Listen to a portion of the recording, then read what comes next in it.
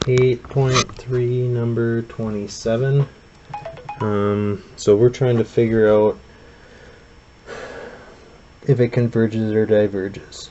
That's all we're trying to figure out. So first thing I recommend is always to just try to evaluate. If you can figure out what the antiderivative is, then you can determine if it converges or diverges. If you get a number, then it converges. If you get a non-real answer, infinity, then it diverges. So antiderivative tangent, think of that as sine theta over cosine theta, where you have to do a u substitution.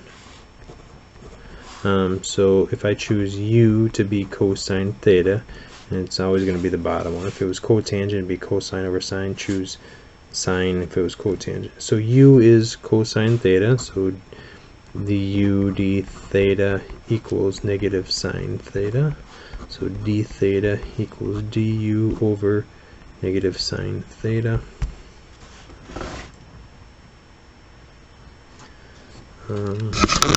So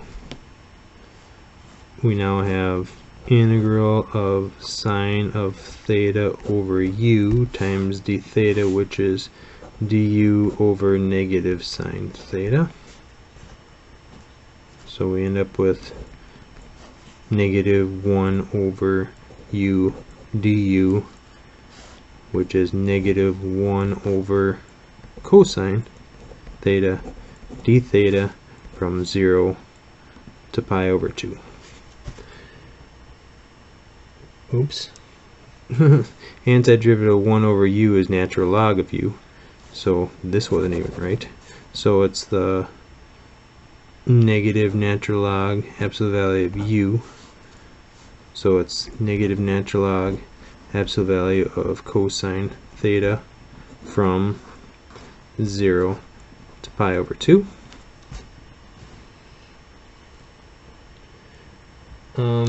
So now you can drop in your pi over 2, so it's natural log cosine of pi over 2. Cosine of pi over 2 is 0, so natural log is 0. Well, that's not possible.